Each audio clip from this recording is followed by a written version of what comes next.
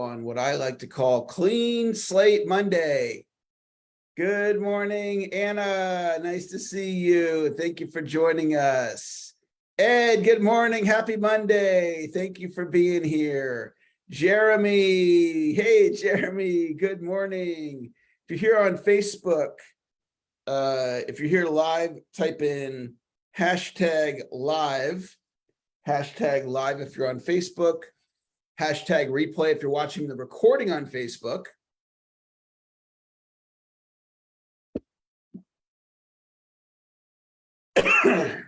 It is great to be with all of you here this morning.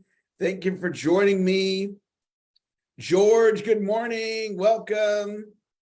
Happy Monday. Nice to see you here this morning. We're going to get started here in about 12 seconds. Thank you for joining me here this morning. Okay, we're good. All right, that's all good there. And okay. Perfect. Well, it's time to get started.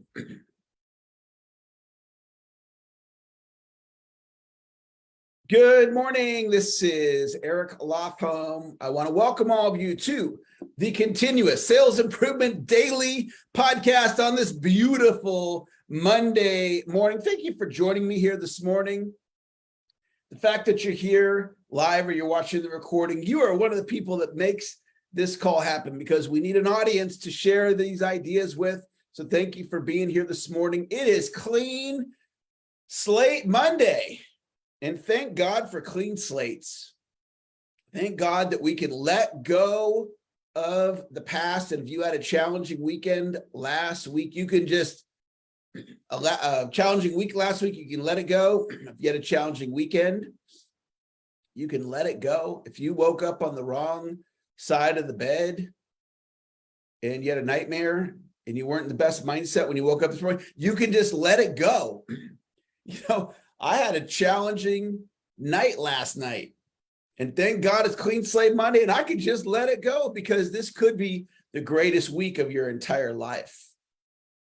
You're one idea away from a breakthrough. You're one relationship away from a breakthrough. You're one new account away from a breakthrough. You're one decision away from a breakthrough. Expect a miracle because this could be a miracle day for you or a miracle week for you.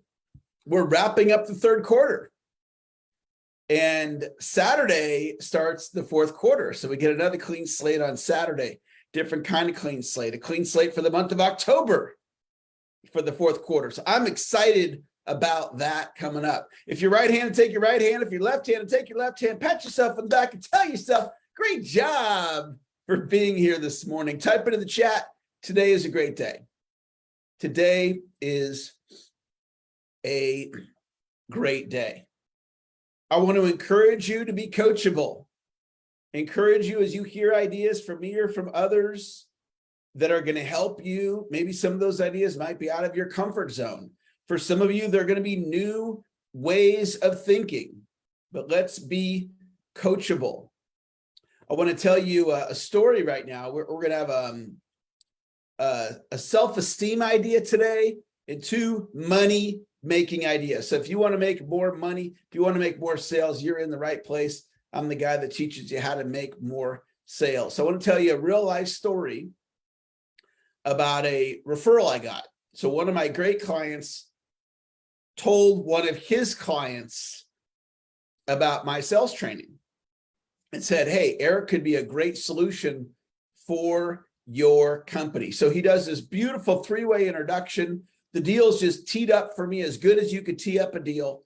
And I start my sales process about providing sales training for their company. And they bring in the executive team and I meet with them and I gather all the information and I spent a lot of time putting this deal together and they wanted a proposal and I gave them a phenomenal proposal.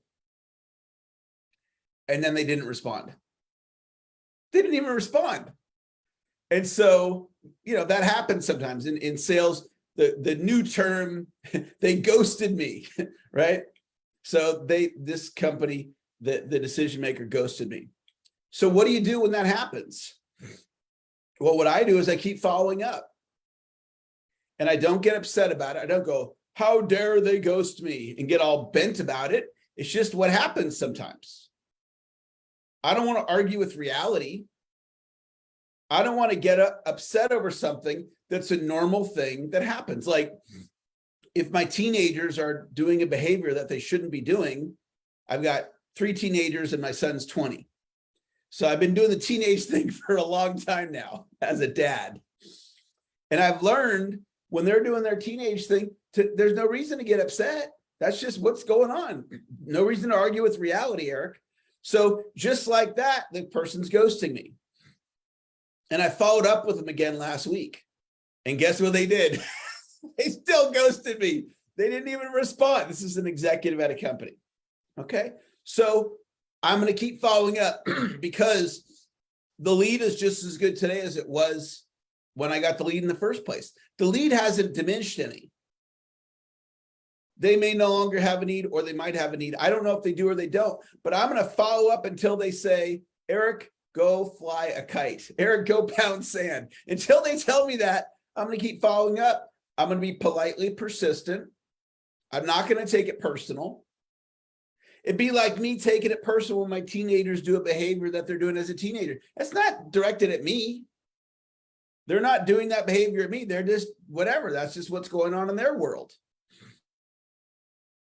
So this person ghosting me, it's not anything against me. I've done everything great. I showed up all the appointments on time. I put a nice proposal together. I'm being professional in my follow-up. I've done zero wrong here. So there's zero reason for me to get upset because there's nothing to get upset about. They're not responding for whatever reason. So this is what's going to happen in your life, right? People are going to do behaviors that aren't meeting what you think should happen. And I just throw it out as a possibility that you don't have to get upset about it. They're just doing what they're doing. I don't need to take it personal. And I'm going to keep following up.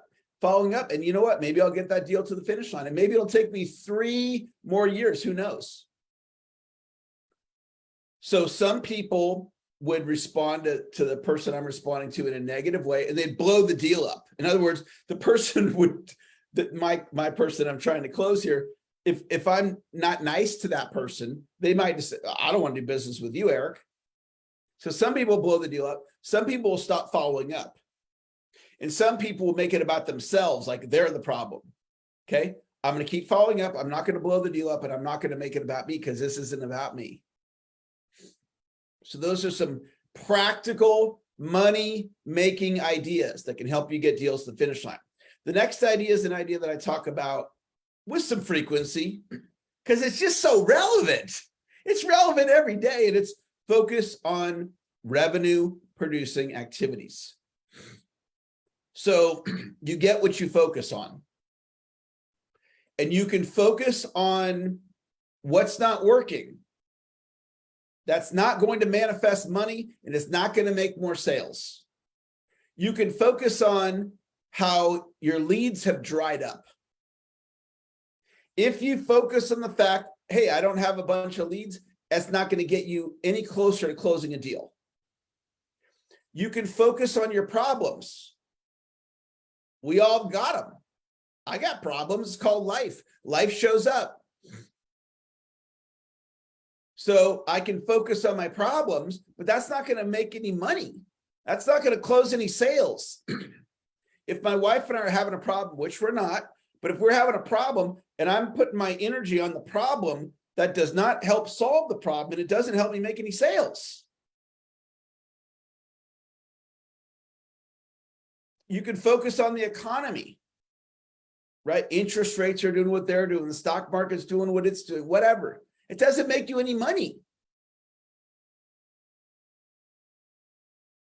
So I want you to check in with yourself right now. Have you been putting your focus on where you need to put it? If you want your body to be physically different, then focus on creating the results that you want, not on the fact that you can't get your butt to the gym, because that's not going to get your body in any better shape. Instead of focusing on why you keep eating potato chips at 10 o'clock at night, don't focus on that. Focus on making better choices. So when it comes to revenue, Focus on revenue producing activities. Prospecting, generating leads, setting appointments, running sales calls, following up, entering the leads in your CRM, having a positive attitude, going to the networking events, doing the things that are going to drive revenue. That's how you drive revenue. And it can be that simple. You could have woken up today in your head about some problem you've got. Let it go. Get your mind where you need to get it. Napoleon Hill teaches 888. 888 is 8 hours of sleep, 8 hours of work, 8 hours for the other stuff.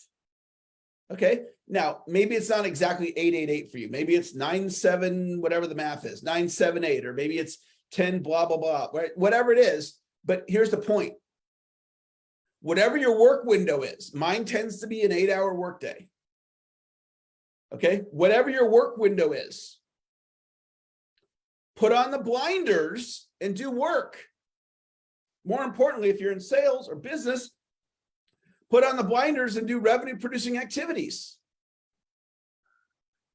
And then the family stuff you do in that non-working, non-sleeping hours. Okay, don't problem solve when you're sleeping. Okay, you need to get your sleep when you're sleeping.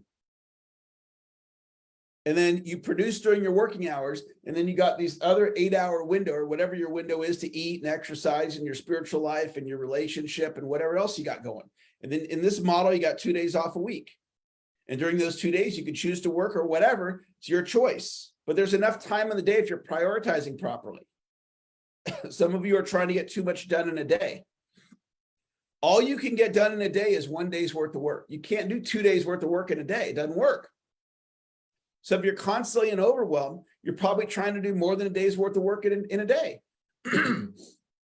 Do 1 productive day's worth of work during the workday. That's all you can do.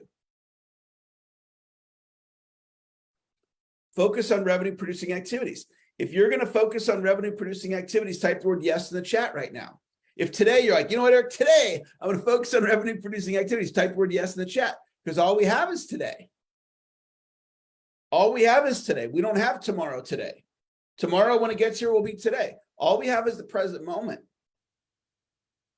So let's all go out and produce today. My last idea for you is one of my favorite ideas, and it's called accurate thinking. Accurate thinking is looking at your situation and having accurate thinking about your situation. Specifically for motivational purposes today, Ed, I want you to have accurate thinking about your greatness. Because that's who you are, Ed, the amazing Ed. That's who you are. I see your greatness. I see your consistency, Ed. I see your heart. I see your desire. I see you working to get better. And you are. So sometimes I'll be on a coaching call and somebody doesn't see themselves as great. And so it's like, okay, let's be honest about your greatness. Doubt your doubts. Doubt your doubts. Why do we believe what we believe about ourselves? Because when you were age 4, 5, 6, and 7, a bunch of beliefs got in your head. And some of you are operating in your 40s and 50s and 60s and 70s, depending on how old you are. You're operating based on beliefs that were in your head at age 4, 5, 6, and 7. Because somebody told you something about yourself, and then you created a belief. And the belief was, I'm not good enough.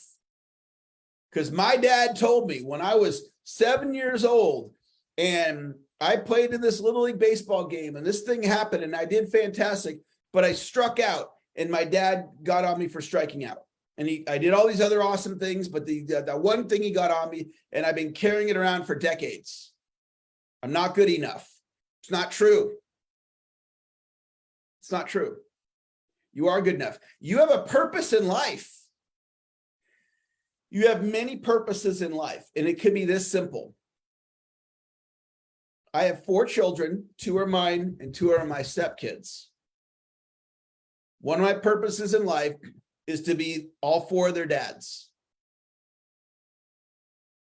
So it could be that simple.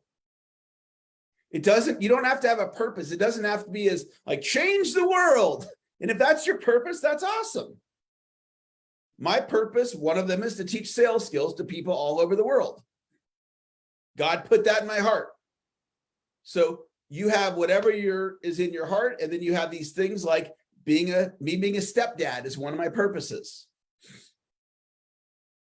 Vicky, who works for me, one of her purposes is to be the office manager for Eric Lofholm International. That is one of her purposes in life, her job. So I believe there's value in recognizing you have a purpose in life. You have many purposes in life. Have accurate thinking about your greatness. Doubt your doubts. You have greatness inside of you. I believe in you. I'm in your corner. So let's all go out today, guys, and produce. Let's have a successful, productive day.